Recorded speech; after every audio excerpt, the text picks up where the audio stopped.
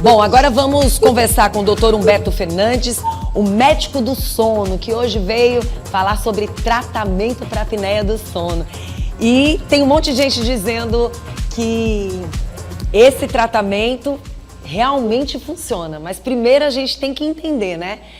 Um pouco mais. Primeiro eu quero parabenizar, tá, por você estar aqui com a gente nessa manhã. A gente sabe que a agenda de vocês, profissionais da saúde, é muito grande, no horário da manhã principalmente, né? Muito obrigado pela sua presença, doutor. Bom dia, Vanusa. Bom dia, telespectadores. Obrigado pela oportunidade. Um prazer estar aqui novamente. O prazer é nosso. Bom, gente, olha, só para vocês terem uma ideia, a Anvisa, na verdade, aprovou o uso do Monjaro para tratamento da apneia do sono. E hoje o médico que está aqui com a gente, o doutor Humberto Fernandes, ele veio explicar para a gente um pouco sobre essa decisão e, de uma certa forma, para a gente entender, né, que além do que é a apneia do sono, que a gente tem muita gente que desconhece, a gente sabe que todo dia a gente está conquistando público novo aqui no Bom Dia, os jovens estão aí, essa nova geração, muitas vezes, com tanta informação chegando para eles, alguns assuntos é meio que de lado, porque se eu não tenho esse problema de saúde, esse problema de doenças, aí eu não me importo tanto. Tem gente que não faz tantas pesquisas, mas para quem sofre do assunto, a pessoa está interessada em saber, com certeza, mas todos nós temos que entender que hoje a nossa saúde está de um jeito, mas amanhã ela pode mudar. E aí a gente tem que ficar atento sobre isso. Doutor, vamos começar logo explicando um pouquinho sobre a apneia do sono, para que as pessoas possam entender. E por que este Monjaro agora chega e a Anvisa libera. A gente sabe que deve ter tido muitas pesquisas em cima de tudo isso, para entender melhor, porque assim, não é o sono que muitas vezes pode trazer, de uma certa forma, mexer com a apneia do sono, você dormir mais e, de uma certa forma, aquele equipamento, às vezes, te dá um alerta para quem já tem a apneia do sono, para você acordar e ficar atento, mas a gente vai entender como é que ele pode funcionar no organismo da pessoa. Primeiro, entender o assunto, né? Sim, claro.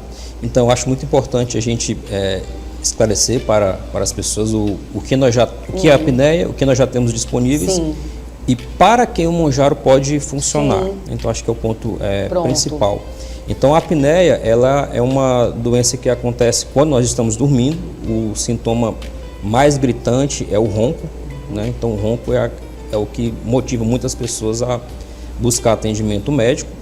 E, além do ronco, quem vê a pessoa dormindo pode perceber pausas na respiração. Então, essas pausas na respiração, elas são a característica principal da apneia obstrutiva. A apneia obstrutiva, ela pode ter sintomas somente durante a noite, né, que é esse despertar frequente para voltar a respirar, idas ao banheiro de forma frequente, né, e aí pela manhã você pode acordar com sintomas na garganta, como dor de garganta, pigarro, o céu da boca pode acordar até inchado, alguns pacientes vão à urgência com esse desconforto. E também existem os pacientes que, além do sintoma durante a noite, eles também podem ter sintomas durante o dia. Então, durante o dia você pode despertar como se não tivesse dormido o suficiente. Então, tem pessoas que vão buscar aumentar o tempo de sono e isso nem sempre vai resolver a situação. Sonolência durante o dia, queda de rendimento no trabalho ou no estudo, alterações de humor, alterações de libido também é um motivo.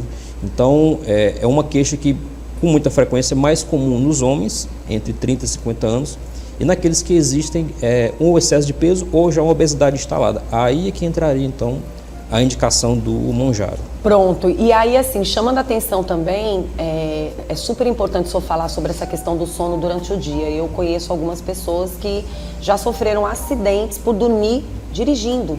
Sim. Né? E isso é muito sério, porque é algo incontrolável, né, doutor? Sim. Então, a sonolência, ela, para algumas pessoas, ela pode ser um limitante para executar algumas atividades, aquelas atividades que requerem maior atenção ou que exige uma precaução para não ter risco para si e para terceiros. Então, pode acontecer acidente de trânsito, que é uma coisa que a gente vê com certa frequência no consultório.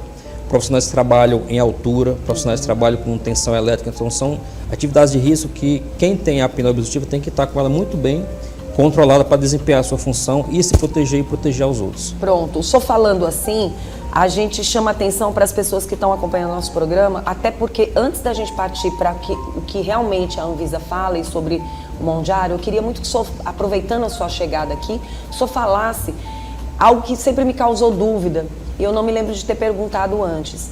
A questão de estar obeso, com mais peso. Porque a gente sabe que as pessoas costumam dizer, não, só quem tem apneia do sono são pessoas assim. É mito ou é verdade? Pessoas mais magras podem ter apneia do sono? Sim.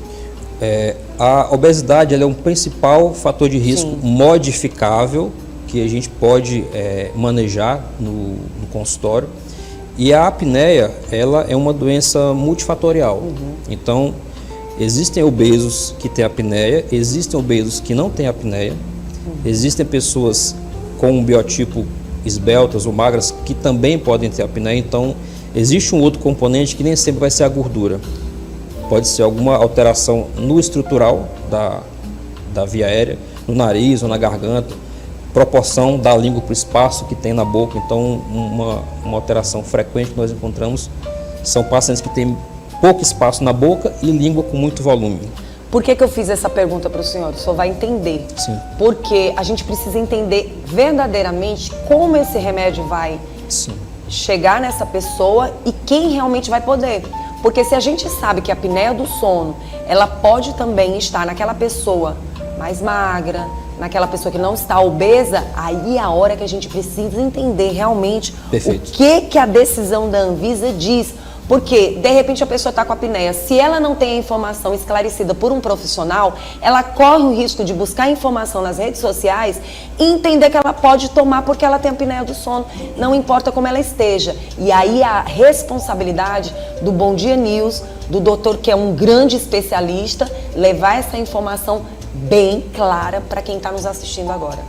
Sim, então, o que a Anvisa se baseou para liberar o Mounjaro para uso na apneia são alguns estudos que aconteceram lá fora. A medicação ela já vinha sendo utilizada há algum tempo fora para outras doenças, como já vinha sendo utilizada aqui, para diabetes e obesidade. O grande estudo que baseou essa decisão, ela envolveu pacientes obesos com apneia obstrutiva. Tá? Ou seja, pacientes com um índice de massa corpórea IMC normal, eles não, pelo estudo, não se enquadrariam como potenciais candidatos para usar o Mounjaro. Tá? Outra coisa que nesse estudo foi um estudo muito bem desenhado, com um número grande de participantes, eles excluíram desses pacientes diabéticos. Tá? Pois aí é que vem você entender para quem a medicação pode ser utilizada. E esse estudo ele foi realizado durante 52 semanas, durante aproximadamente um ano. Então, os desfechos eles se basearam num período de um ano, que já é um estudo que tem muito impacto pelo tempo, que é um estudo que demanda muito custo, né, muita despesa. Então, existem pacientes que não foram colocados nessa pesquisa, muito embora eles já possam se beneficiar por outras questões. Existem obesos que, além da apneia, eles podem ter diabetes, hipertensão arterial. Então, no estudo, observou-se que a redução do índice de massa corpórea, ele conseguiu reduzir o índice de apneia em mais de 50%. Tá? Então, é uma medida importante, é uma opção, não é para todo mundo também. Vai ter que ser muito bem avaliado, né, doutor? Sim. Porque assim, quando o senhor fala que o Mounjaro não é interessante para aquela pessoa que tem a apneia do sono, que tem a diabetes, né? Não. Não necessariamente, por exemplo, se você tiver vamos colocar aqui, um diabético tipo 1, que em geral são pessoas mais magras, né? Essa pessoa, a apneia, ela pode ter por outros motivos. Sim. Porque como é que o Mounjaro funciona na apneia? É aí que as pessoas precisam entender. Isso. Como funciona para a obesidade. O Mounjaro, ele vai funcionar principalmente em aumentar a saciedade. Então a pessoa ela vai tender a ingerir menos comida e começar a usar a gordura do corpo como um combustível, por assim dizer. Tá?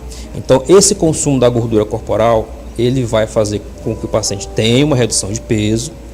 A gordura corporal, além da gordura abdominal que tem impacto na apneia por atrapalhar a ventilação pulmonar, a gordura que existe em volta da garganta, ela também é reduzida.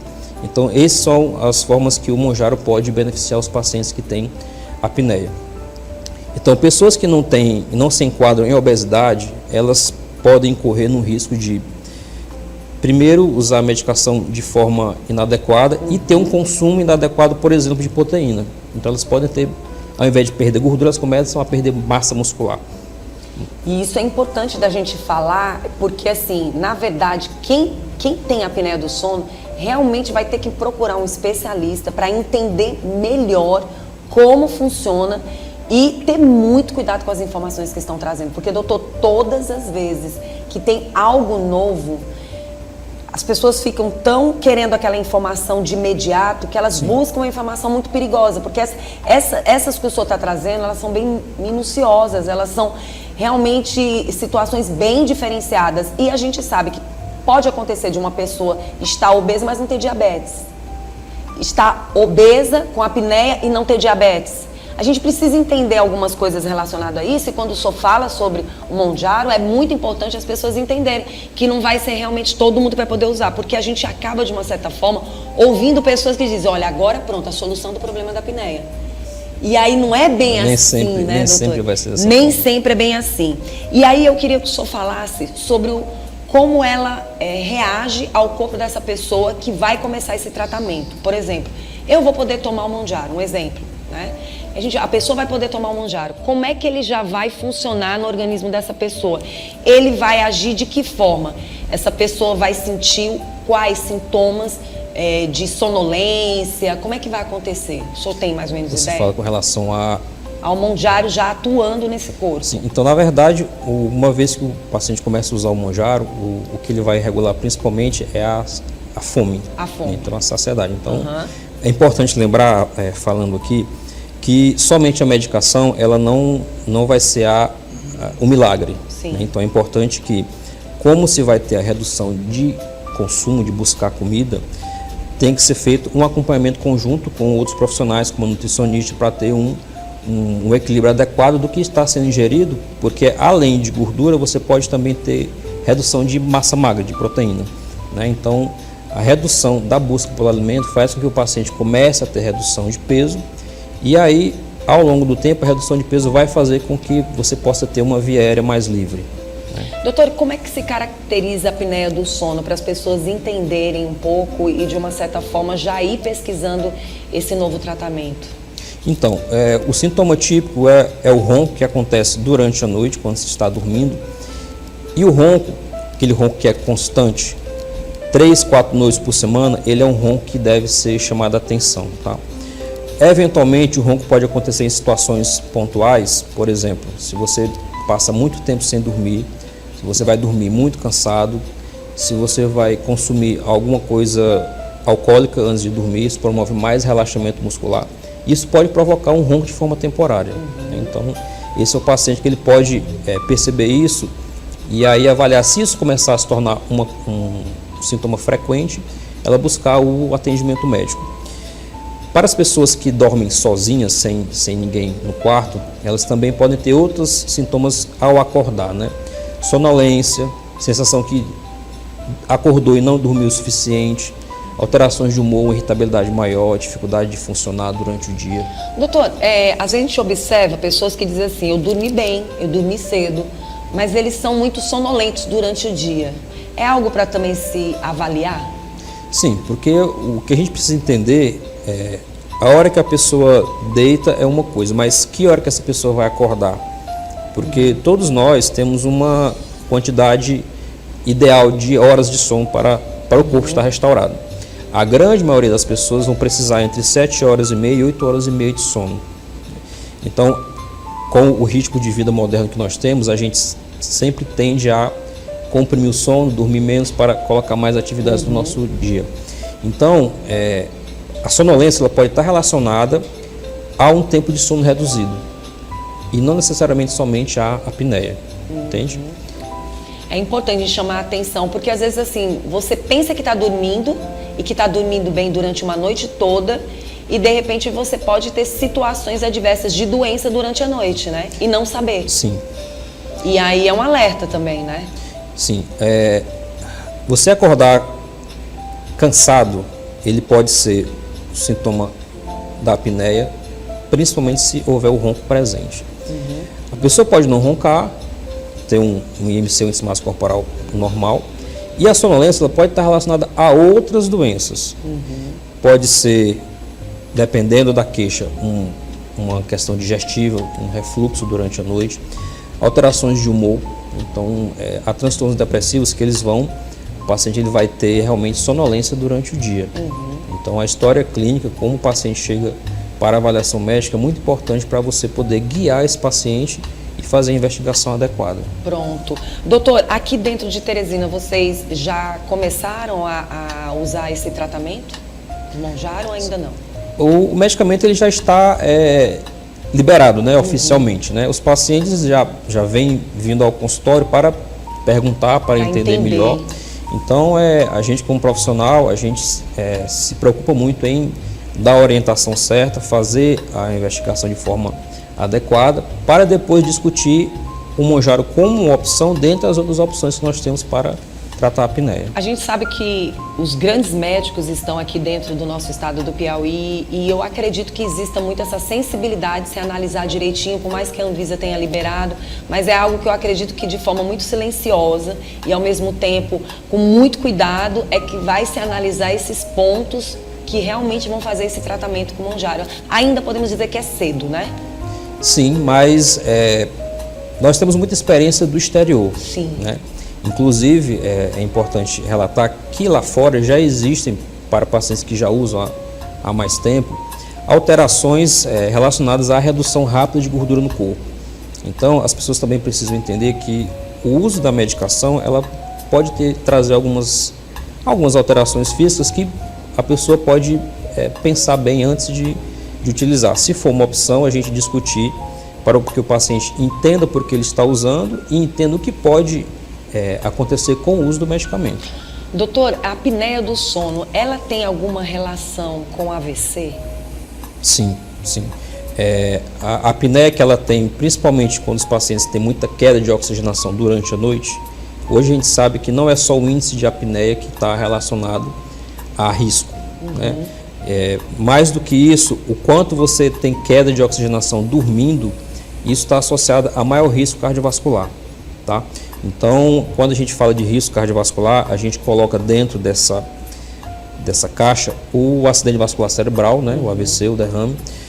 Algumas arritmias cardíacas são mais comuns nos pacientes que têm apneia, como fibrilação atrial, hipertensão arterial que necessita de mais medicações para controlar. Né? Então, existe um conjunto de doenças que estão relacionadas a risco aumentado quando você não faz o tratamento adequado da apneia obstrutiva. Doutor, a gente pode falar de idade quando o assunto é a apneia do sono?